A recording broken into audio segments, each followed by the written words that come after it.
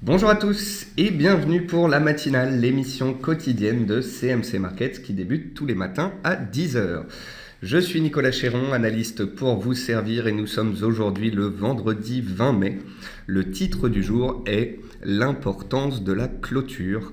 Petite dédicace à Karen Pelloual, spécialiste Ishimoku, qui m'a inculqué l'importance de la clôture journalière.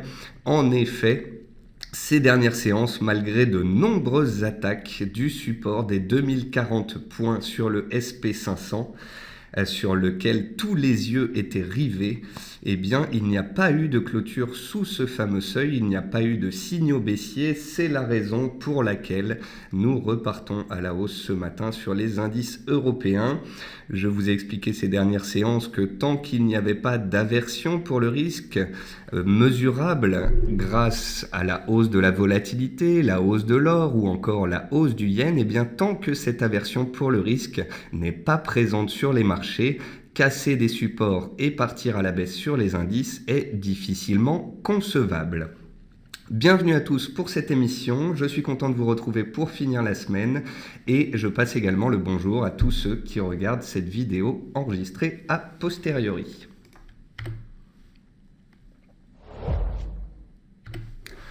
Comme tous les matins, voici un avertissement sur les risques concernant le caractère purement informatif de cette présentation et les CFD. Je vous invite à en prendre note. Comme tous les matins, vous pouvez utiliser en haut de votre écran les fonctions de chat et de questions-réponses pour pouvoir converser avec moi. Merci à tous ceux qui étaient présents au webinaire hier soir sur les risques de récession américaine. Ce webinaire sera en ligne en début de semaine prochaine. Comme tous les matins, nous allons voir ensemble les actualités marché, macro et actions. On va voir ensemble les statistiques passées et à venir. On va voir une figure graphique reconnue par la plateforme de CMC. On parlera de toutes les classes d'actifs et je répondrai bien sûr à vos questions. En termes d'actualité marché, le SP500 s'est fait une frayeur sous 2040 points, mais le support a tenu. C'est la troisième fois cette semaine que ce support est attaqué et qu'il tient en cours en clôture. Et donc, il n'y a pas eu de signaux baissiers sur le SP500 qui reste haussier à moyen terme et neutre à court terme. Le WTI teste de nouveau 48,8 $ malgré l'appréciation de ce dernier. Signe que la tendance est solide. Le WTI a fait un point bas hier, il est reparti très rapidement à la hausse, il est sur ses plus hauts de l'année. Tant qu'il sera soutenu, ce sera un soutien inconditionnel aux indices boursiers américains et européens. L'euro-dollar réagit sur les 1,12, mais il est trop tôt pour parler de retournement haussier. Tant que le dollar américain sera haussier, l'euro-dollar sera baissier. À court terme, il se stabilise.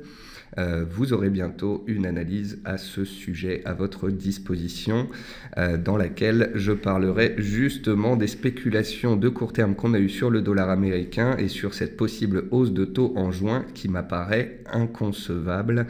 On en discutera plus longuement la semaine prochaine. Et puis la paire AUD-NZD atteint enfin les 1,0650 et semble réagir. Je vous ai parlé, je pense, de cette paire tous les matins depuis 15 jours. Le support que je surveillais a été touché hier. On est dessus aujourd'hui. On en discutera dans la partie graphique. En termes d'actualité macroéconomique, JP Morgan estime que le pessimisme ambiant empêche la baisse, le consensus baissier étant trop fort. JP Morgan rappelle que la probabilité de hausse de taux aux USA reste inférieure à 50% d'ici décembre. La plupart des membres de la Fed parlent d'une hausse de taux en juin dont la probabilité reste inférieure à 40% au vu des Fed Funds. Donc c'est ce dont je parlais il y a quelques instants. Oui, nous avons une spéculation depuis 15 jours sur la hausse de taux à venir. Peut-être que nous aurons une hausse de taux cet été ou bien en septembre, mais à court terme, malgré ce que disent les nombreux membres de la Fed, on voit mal comment cette dernière pourrait monter les taux une semaine avant le référendum anglais. La Chine se dirige vers sa 5e semaine consécutive de baisse, la plus longue série depuis 2012. Comprenez bien que la Chine est toujours empêtrée dans une situation qui lui est défavorable.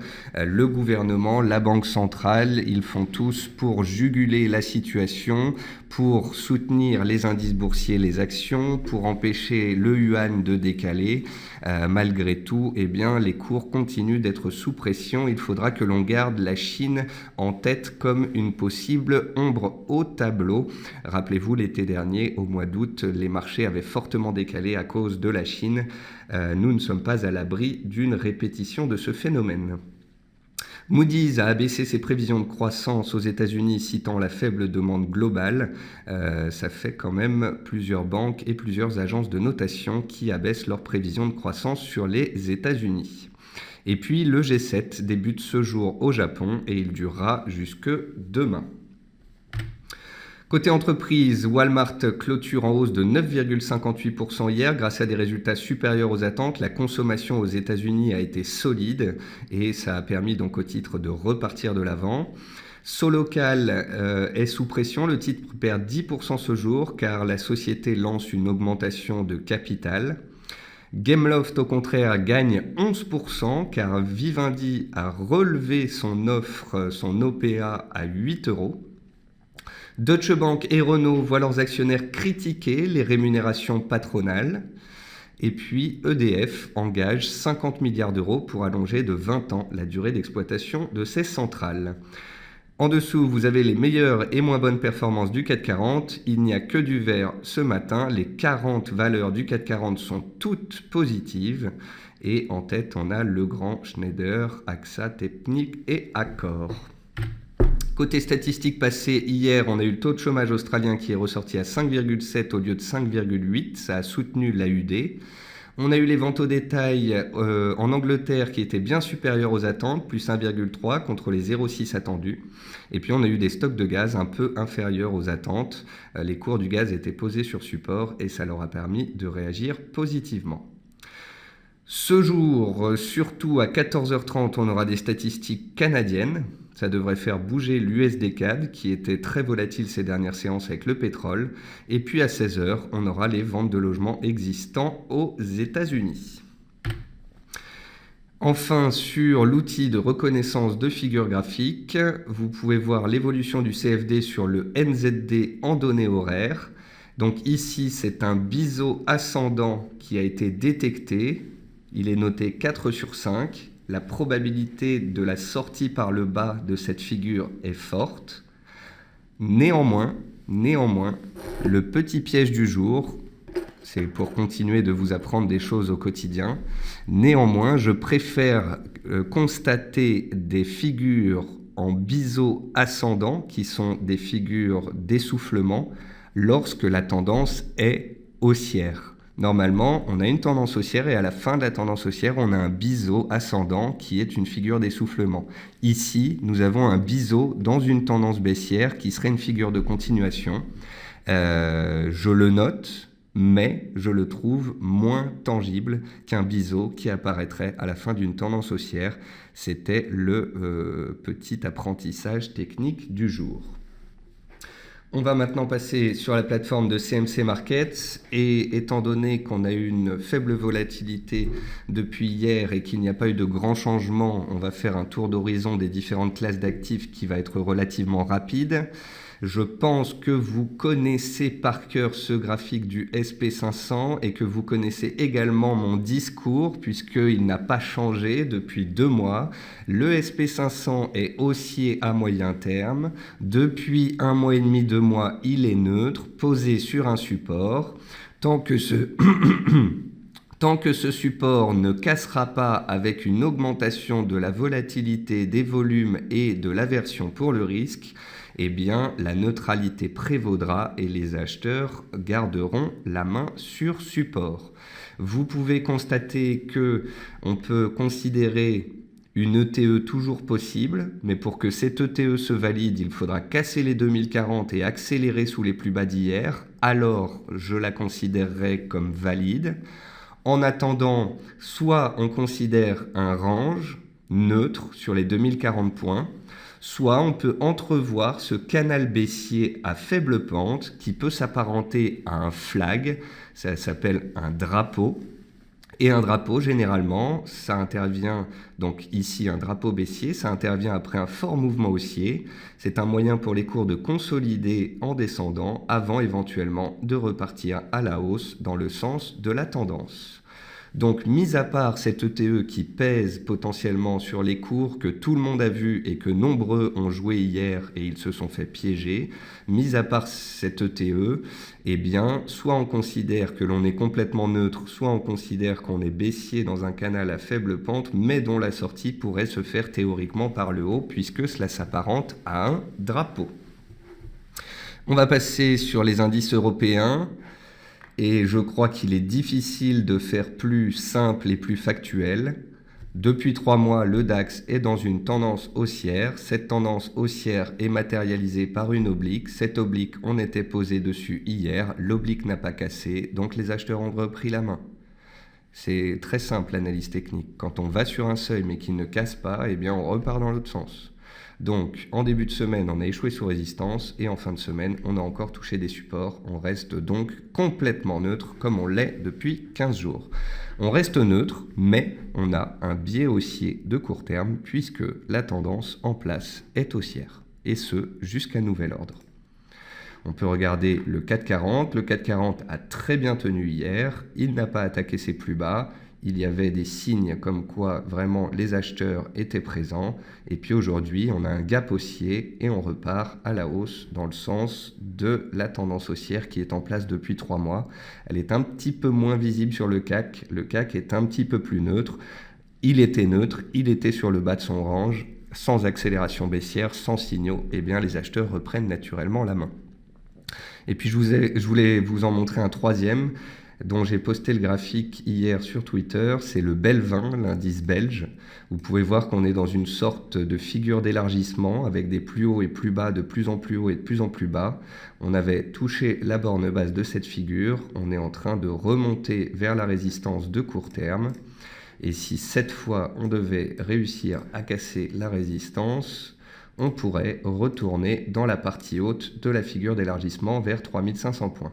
A contrario, si de nouveau on échoue sous résistance, on pourrait revenir vers les 3300 points et la borne basse. En tous les cas, à court terme, les acheteurs sont bel et bien là, les supports ont tenu et les tendances sont toujours les mêmes. Et cela est corroboré bien évidemment par la volatilité qui avait augmenté hier en séance, puis qui est retombée en fin de séance. Donc tout comme sur le SP500 qui n'a pas clôturé en baisse sous le support, la volatilité en séance était haussière, mais elle a clôturé en baisse sous résistance. Qui dit baisse de la volatilité, dit complaisance et dit marché stable. On va passer sur les actions françaises.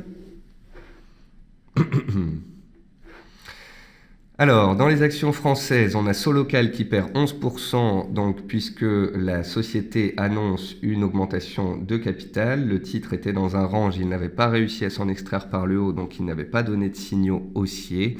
Et puis là, il revient travailler ses plus bas historiques. Zone de prix d'importance, on verra dans les séances qui viennent si cela réagit ou non. Altera perd 4%, c'est un titre que je suis peu. Saft, bon, elle perd 2%, mais en fait, Saft, elle va potentiellement être rachetée par Total. Eiffage, ça doit être un dividende. Je vais vérifier tout de suite. Ah non, c'est pas un dividende, c'est juste que Eiffage s'est allégé. Ah oui, BPI France s'est allégé dans Eiffage et donc le titre recule un petit peu ce matin. Et puis vous avez Air France qui est sous pression puisqu'on a des prix du pétrole qui montent fortement ces dernières semaines et ça pénalise les sociétés qui font du transport. Ensuite, dans les hausses, on a Gameloft, plus 10% puisque Vivendi a relevé le cours de son OPA. Ensuite, on a Nicox. Alors Nicox, je vous en ai parlé à de nombreuses reprises la semaine dernière, puis en début de semaine. J'en ai parlé sur la matinale, j'en ai parlé sur Twitter, j'en ai parlé chez TV Finance. En début de semaine, Nicox à 9,30 était en train de casser la borne haute de son canal baissier de moyen terme. Le titre a pris 10% dans la semaine, valide sa sortie de canal baissier. L'objectif théorique est une hausse en direction des 14 euros, soit un potentiel haussier très important. C'est un potentiel haussier théorique qui nous est donné par report de la hauteur du canal baissier à la sortie du canal baissier. On a Numéricable qui est recherché, on va passer en données journalières, donc le titre Numéricable qui travaille ses plus bas de l'année, qui a réussi à les tenir et donc qui réagit. On a Natixis dans les bancaires qui tient bon, je vous rappelle que j'avais écrit une analyse sur les bancaires en début de semaine. On a Ubisoft qui a publié des bons résultats, ça devait être la semaine dernière et qui continue de rester soutenu. Et puis on a Total qui profite de la hausse du pétrole et de la tenue des indices et qui remonte un petit peu. On va faire un tour sur les matières premières. Alors les matières premières, il y a deux familles, on va dire. Il y a les matières premières en général qui sont sous pression puisque le dollar est très fort, comme par exemple les métaux, l'or, le platinium, l'argent, etc. La seule matière première à ne pas être sous pression à cause de la hausse du dollar, c'est le pétrole, et ça montre à quel point en fait le mouvement haussier actuel est puissant. Et puis vous constatez aussi que le mouvement haussier actuel est puissant, étant donné le beau chandelier qu'on a eu hier. Avant-hier, on a eu les stocks supérieurs aux attentes, on a commencé à consolider. Hier, on a baissé en séance et puis en fin de séance, les acheteurs ont repris la main. On a clôturé au plus haut du jour et ce matin, on est sur les plus hauts de l'année. On est toujours dans une belle tendance haussière sur les cours du pétrole. Comme je le disais ce matin, tant que le pétrole ne cassera pas de support, il sera haussier. Donc, ce que vous pouvez faire graphiquement parlant, c'est remonter les supports au fur et à mesure de la hausse. Vous voyez qu'à chaque fois qu'on fait un nouveau point bas, je trace un support sous ce point. Ça me permet ainsi de remonter les supports au fur et à mesure de la hausse. Et le jour où on se retourne et on casse des supports, là, on pourra parler de signaux baissiers. En attendant, tant qu'on est au-dessus des supports, c'est haussier et on peut continuer de grimper. Vous noterez néanmoins une figure qui doit nous alerter sur le moyen terme, sur la suite. Cette figure, c'est le biseau ascendant que vous voyez ici en orange. Un biseau ascendant est généralement une figure dont on sort par le bas. Donc on peut garder en tête qu'à moyen terme, le pétrole est haussier, qu'il continue de monter tant qu'il ne casse pas de support. Par contre, si un jour on venait à sortir de cette figure, si un jour on venait à échouer sous la borne haute et on repartait fortement à la baisse, là, il faudrait commencer à douter de la continuation de la hausse de moyen terme. N'oublions pas que le pétrole a gagné 90% en l'espace de 3 mois. Donc voilà, il faut être prudent. Et puis sur le Brent, on est toujours dans un beau canal haussier de moyen terme. On est haussier au-dessus des supports et le haut de canal, il se situe ici vers 51-52 $. Moi, j'aimerais bien à la limite que les cours du pétrole aillent chercher la borne haute de nouveau, car on sait qu'à chaque fois que la borne haute est touchée, il y a des réactions relativement propres. Autre chose, donc sur les matières premières, je vous ai promis une analyse sur le blé qui va être rédigée cet après-midi. Je vous la publierai cet après-midi ou bien en début de semaine prochaine. L'or, on a vu ensemble que l'or était sous pression depuis plusieurs semaines puisque le pétrole était haussier. Tant que le pétrole est fort, l'or est faible. À court terme, le dollar consolide. Et donc, à court terme, il est légitime que l'or fasse une pause. D'autant plus que l'or vient de retrouver sa moyenne mobile exponentielle à 43 périodes, qui a fait support à la fin mars et tout le mois d'avril. Il est donc légitime qu'on se pose sur ce seuil.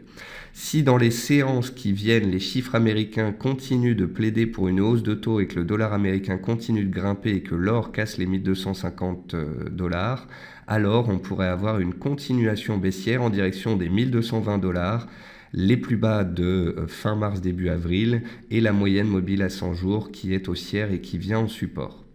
Au contraire, si le dollar devait consolider, repartir à la baisse, eh bien l'or pourrait prendre appui sur ce support et tenter un redémarrage haussier dans le sens de la tendance de moyen terme. Donc on est ici à la croisée des chemins. Pour le moment, au vu de ce que nous ont dit les officiels de la Fed, au vu des spéculations sur le dollar américain, la probabilité que le dollar continue de monter reste quand même forte. Donc voilà, même si l'or stabilise à court terme, il n'est pas dit qu'on reparte à la hausse si facilement. Et puis dernière matière première dont je vous parlerai aujourd'hui, c'est le riz. Le riz qui reste haussier à moyen terme, qui reste haussier en données journalières. Par contre, attention, hier le riz donc a reflué et vous voyez qu'on a cassé potentiellement la moyenne mobile à cette période. Donc il faudra voir si les cours repartent très rapidement à la hausse et reclôturent au-dessus de cette moyenne mobile ou si au contraire on consolide, auquel cas la hausse du riz à court terme sera peut-être terminée après, ne l'oublions pas, 18,5% de hausse en l'espace d'un mois, et alors que les indices végétaient complètement. Et puis sur les devises, comme tous les matins, alors je suis désolé de me répéter, mais vous voyez, c'est une habitude, il faut avoir des scénarios en tête, il faut suivre des actifs, et il est bon de se répéter jusqu'à ce qu'un scénario se mette en place. Ça fait 3 semaines, un mois que je vois l'AUD NZD et que je vous dis que je l'attends de pied ferme à 1,0650. Le plus bas d'hier, c'est 1,0655 me semble-t-il, ou 53. Bref, on est venu toucher pile poil la zone de prix que je vous ai invité à surveiller. En effet, c'est une zone de prix, c'est un cluster entre une oblique baissière et une oblique haussière qui fait support dans cette zone de prix des 1,0650-1,07. Si on venait à tester cette zone, ce qui est fait, puis à réagir à la hausse et à retourner la tendance, alors le scénario d'une hausse et d'un retournement haussier en direction de nouveau de la résistance des 1,13-1,14 serait potentiellement ce serait une possibilité. On est revenu en fait sur une zone de soutien de moyen terme. Si on arrive à la tenir, étant donné qu'on est dans un range, si on tient en bas, on peut revenir en haut. Et puis la deuxième famille dont je vous parle tous les matins, c'est la famille des paires en dollars. Donc ça, c'est le dollar américain. Il a fait un point bas le 3 mai. Le 6 mai, quand on a eu le NFP inférieur aux attentes, il est quand même resté haussier. Ensuite, on a Goldman Sachs qui a dit viser 15% de hausse. Ensuite, on a la Fed qui nous a dit qu'elle allait monter ses taux. Hier, on a des officiels de la Fed qui nous ont répété toute la journée qu'on était trop pessimiste et que les États-Unis allaient bien et que les taux allaient être montés. C'est ce qui permet au dollar d'être autant soutenu. Tant que le dollar sera au-dessus de son oblique de court terme haussière, il peut continuer de monter en direction des prochains niveaux. Si à tout moment il venait à casser cette oblique, là par contre, on parlerait d'une correction sur le dollar et alors un scénario de rebond technique sur toutes les paires en dollars pourrait prendre naissance. De la même façon où je vous ai montré les indices boursiers haussiers pendant des semaines, je vais continuer de vous montrer le dollar haussier tant qu'il le sera. Et le jour où le dollar nous fera un chandelier de retournement ou une cassure de support, alors on parlera de velléité haussière et de retournement potentiel des paires en dollars comme l'euro-dollar dont je vous parlais au début de cette émission. Donc c'est haussier et donc les paires en dollars sont baissières. Par contre, on a vu ensemble qu'il y avait des familles dans les paires en dollars. La paire en dollars la plus baissière jusqu'ici, c'était l'AUD-USD. Donc on voit bien qu'il est dans une tendance baissière de court terme alors que le dollar est dans une tendance haussière de court terme. À court terme, le dollar consolide, donc l'AUD s'est stabilisé. Donc l'AUD, c'est la plus baissière des paires en dollars. Ensuite, la deuxième paire la plus baissière, c'est l'euro-dollar, qui est baissier depuis à peu près 15 jours. Néanmoins, l'euro-dollar, ce qu'il ne faut pas oublier, c'est qu'il est dans une tendance haussière de moyen terme. Donc plus on va s'approcher de la zone des 1,11, plus on est susceptible d'avoir des velléités haussières qui pourraient revenir. Et si on devait ne pas aller vers le support des indices 50-1,11, surveillons l'oblique baissière qui passe par tous les plus hauts. De la même façon que le dollar est haussier au-dessus d'une oblique haussière de court terme, l'euro-dollar est baissier sous une oblique baissière de court terme. Donc si l'euro-dollar casse cette oblique, c'est que le dollar casse la sienne. Donc si dans les séances qui viennent, l'euro-dollar venait à casser cette oblique baissière, alors on pourrait parler d'un retournement haussier de court terme et d'un redémarrage haussier de moyen terme. Pour l'instant, il est trop tôt. Pour l'instant, le dollar reste haussier. Il n'est pas dit que l'euro-dollar ait fait un point bas. Donc, je patiente gentiment. J'attends soit le support, soit la cassure de résistance. Donc, on a vu l'AUD-USD la plus baissière, ensuite l'euro-dollar. Ensuite, la troisième paire en dollars la plus baissière, c'est le NZD-USD. Donc le NZD-USD qui était dans un canal haussier, il a fait un double top, il a cassé son support, il bloque sous son support. Vous voyez qu'il baisse en dents de scie. Il est quand même assez solide. Ça veut dire que si à un moment on devait avoir une consolidation du dollar, il se pourrait que le NZD rebondisse fortement, d'autant plus qu'il tient ses plus bas récents et qu'il tente un double creux. Donc attention, si vous êtes haussier sur le dollar et que vous jouez la baisse des paires en dollars, la paire NZD n'est pas la plus intéressante puisque ce n'est pas celle qui baisse le plus. Je vous redonne l'ordre des plus faibles à la plus forte. La plus faible, c'est l'AUD, ensuite c'est l'euro, ensuite c'est le NZD, et bien évidemment, la plus forte, c'est la livre qui a réussi à fortement s'apprécier mercredi grâce au sondage sur le Brexit qui s'éloigne. Hier, on est monté grâce aux chiffres d'inflation, et puis on a consolidé puisqu'on était sous la résistance majeure des 1,4660. N'oublions pas que la livre est soutenue, que c'est la plus forte, mais tant que le dollar haussier sera là, eh bien la livre sera potentiellement neutre. Et si le dollar devait baisser à un moment, alors la livre pourrait potentiellement repartir de l'avant et être de nouveau la plus forte des paires en dollars. Et pour finir, l'USD-Yen dont je vous explique ces dernières séances qu'il remonte, qu'il est haussier. Il corrobore le fait que les indices tiennent bien, il corrobore que les investisseurs n'ont pas peur sur les marchés car ils n'achètent pas de yens, et tant que l'USD-Yen sera haussier et continuera de se diriger en direction des 1,11, eh bien l'appétit pour le risque sera en place sur les marchés. Vous pouvez voir que l'USD-Yen, comme le dollar index depuis 15 jours, est dans un rebond de court terme. Et tant qu'il sera haussier au-dessus de son oblique, la hausse pourra perdurer.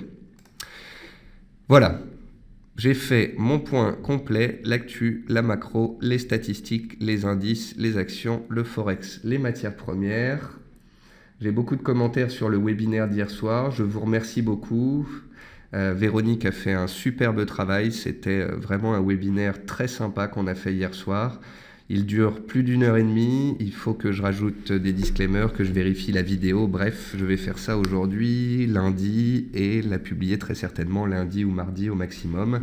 En tous les cas, très très bon webinaire où on parlait hier en fait des possibles hausses de taux en vous expliquant que oui, les États-Unis peuvent encore monter les taux potentiellement une fois en 2016. Et il n'y a absolument rien d'incompatible entre les espoirs de hausse de taux aux États-Unis à court terme et un retournement macroéconomique de moyen terme. On peut avoir des chiffres positifs à court terme qui engendrent des spéculations sur des hausses de taux à venir, voire qui engendrent une hausse de taux. Mais même si les chiffres s'améliorent à court terme, ils auront énormément de difficultés à se retourner réellement à moyen terme pour redevenir positifs et que l'on entrevoit plus de hausse de taux, plus de hausse des marchés actions. On en a parlé hier soir, vous aurez la vidéo sous peu et j'espère que vous apprécierez cela. Écoutez, voilà, je pense qu'on a fait le tour. On est vendredi. Je n'ai plus qu'à vous souhaiter un bon appétit, une bonne séance et un très bon week-end. Et je vous invite donc à aller lire les analyses qui sont dans la rubrique Actualité analyse du site CMC Market si vous ne l'avez pas déjà fait. Le dernier papier sur le SP500, mon interview sur les indices américains, le focus sur les bancaires. Et puis aujourd'hui ou en début de semaine prochaine, je vous livrerai des analyses sur d'autres actifs comme par exemple l'euro-dollar ou le blé. Je vous souhaite à tous une très bonne journée, un bon week-end et je vous dis à lundi, 10h tapante pour la matinale.